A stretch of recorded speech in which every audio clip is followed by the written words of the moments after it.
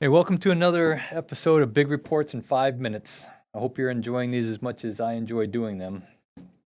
Today, we're going to talk about a report from a European agency called ENISA, which is the European Network and Information Security Agency. Why are we going to talk about a European report? Because there's some pretty interesting, there's some good, interesting information in this report that, it kind of shows how similar these cultures are between the European and the American cultures in terms of cybersecurity. So I just think there's some useful information in here that we can talk about. So this agency has been around since 2004. It's like the primary cybersecurity agency for the European Union and the 27 member states of the European Union. So it's similar to our CISA. And they came out with this report on December 3rd, so it's pretty fresh off the presses here, which is why I was interested in taking a look at it. It's called the 2024 Report on the State of Cybersecurity in the Union. Now, before you get too excited about that, I read this whole report. It's 71 pages, and it is dense. It is full of a lot of legalese and legislative comments, so it's clearly written for government bureaucrats, as this agency is trying to compare legislation among the different member states of the European Union and just how different legislation is impacting cybersecurity. But as boring as that sounds, there was actually some pretty good nuggets in here. So again, I read this report so that you don't have to, so just take the next 4 minutes, listen to what I have to say, and then decide if you want to invest, an hour into reading this 71-page legal report. All right, so the first thing that I thought was interesting, and you see it here in this graphic, is just how much legislation the European Union has implemented in the last couple years. So this report covers a 2-year period. So in that period, all of these different pieces of legislation have been either implemented, introduced, or discussed, and it's an amazing list. And I bring this up because we're constantly talking about how the threat is evolving faster than our legal landscape is, and how are we supposed to stay out in front of all these adversaries when our legal structure and our criminal justice system isn't quite keeping up with the threat. Well, obviously Europe is taking that challenge seriously. I'm not quite sure how anyone is going to be able to assimilate all of these laws, but man, they are definitely giving it a good effort.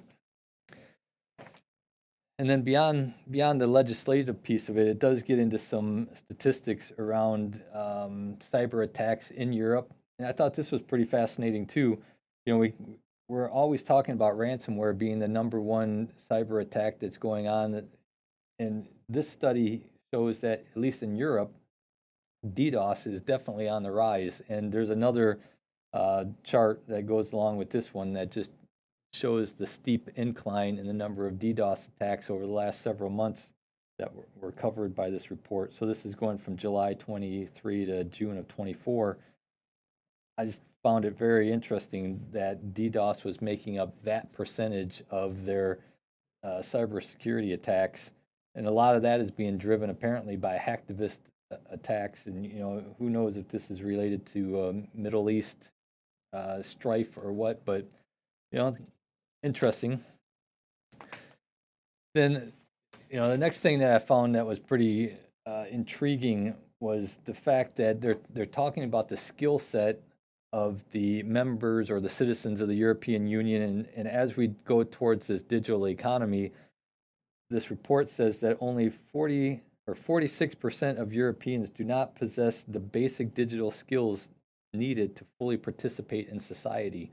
So nearly half of the European citizens don't have basic computer skills that will allow them to do things like online banking, online shopping, digital learning, or access to government information. So that's a pretty frightening statistic, and I'm pretty sure that's similar to what we have here in the US. And it also found that in the age group of 55 to 74, only 35% of people have the proper skill sets.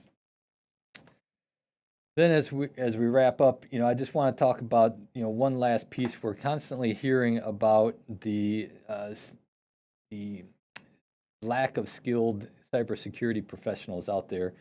Well, this study actually points out another thing that's kind of underneath the surface of that people don't talk about that much, which is um, the fact that people are getting put into cybersecurity jobs that aren't properly trained. So this report says that 76% of the employees currently in a security role have never received formal training or certification. Additionally, 1/3 of them entered a security role from a non-security previous role. And then half of the people that are doing security related jobs aren't trained to do security and only absorbed security related jobs into a non-security related role that they had already had. So not only do we have a problem of not having enough skilled people to fill the roles, supposedly a million empty roles out there, but we have people in roles that aren't necessarily qualified to do that, which actually might be the more nefarious situation, that you think you're getting a level of protection that you're really not. So, I would implore companies that if you don't have the right skill sets, at least partner with an MSP or some other security provider to get you the skill sets you need so that you're properly protecting yourself. So anyways, interesting report, a lot of dead space in there, but if you do want to read the report, block out some time. If not, trust me, I read the report. I gave you the highlights. So it's a tough world out there. Stay safe. Thanks.